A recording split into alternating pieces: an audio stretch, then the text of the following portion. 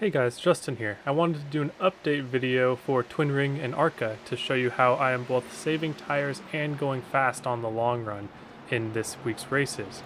The first video I did was pretty much my first experience with the track, and I got a lot of things right, but one main thing I missed for that video was shifting in turns 3 and 4. That turns out to be a lot more effective on the long run if you do it correctly, and I will show you how to do that correctly, along with doing a more complete line of 1 and 2, getting everything you can out of it while still being able to run at your fastest pace possible. So if any of this helps you out, please leave a like. It really helps me out. It's the best thing you can do to help my channel. And then also subscribe if you want to see more content like this. Alright, let's get right to it. So as you can see here, we just take 1 and 2 normally. And you see I'm still using that little brake drag in the middle of the corner to point it back down. Very aggressive off the corner. I've learned that you can be incredibly aggressive on corner exit in these cars, as long as you keep the car loose, just like I said in the previous video. Alright, take a look at this.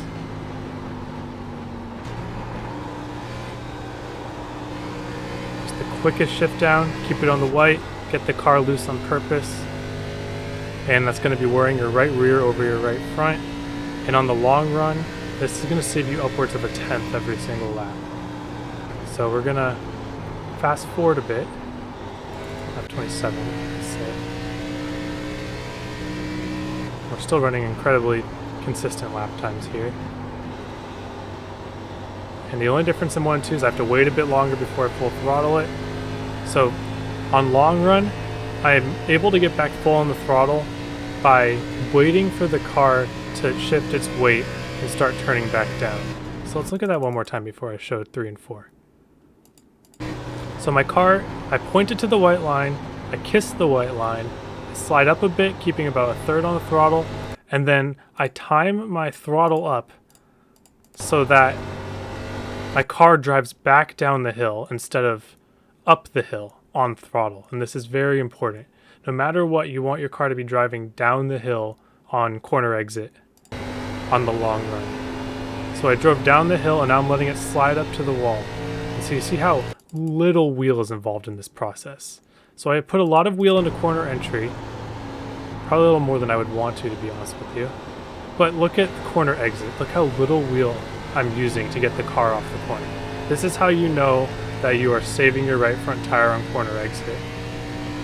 And I'm doing that by doing the timing of waiting for the car to turn back down to the bottom, and at that very instant you throttle up and you'll be able to slide up to the wall comfortably.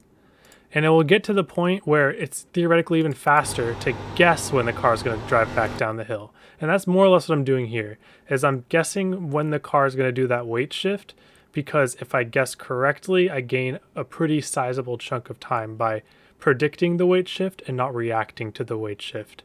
So I'm being proactive, not reactive in this situation, and that is definitely worth some time.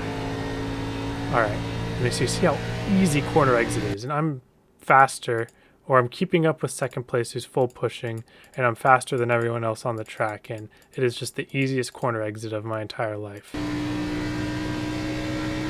So now we show the shifting here. So I point the car to the white. Now right here is a perfect positioning for what I'm trying to do.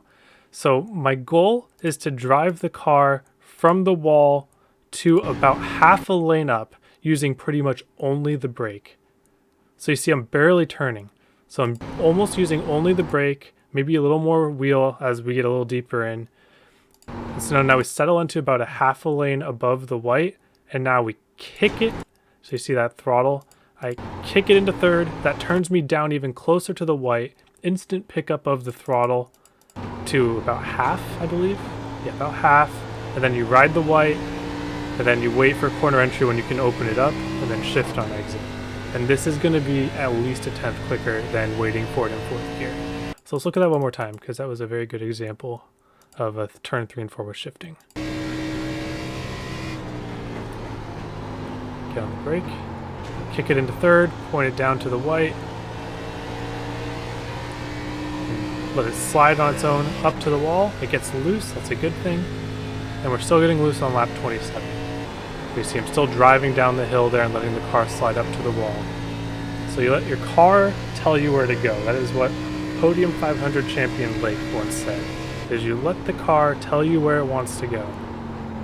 So right now I let the car tell me it wants to go to the white line. I throttle up and I let the car tell me it wants to go slide up to the wall. I'm going to show the last lap here too.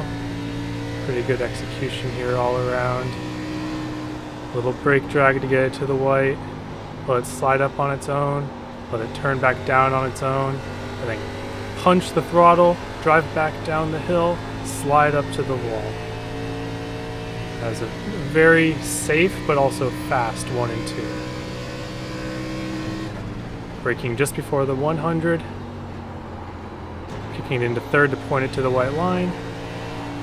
Driving it on there as long as possible and then letting the car slide up to the wall on its own accord. And we get the checker flag. So that's an update to the video.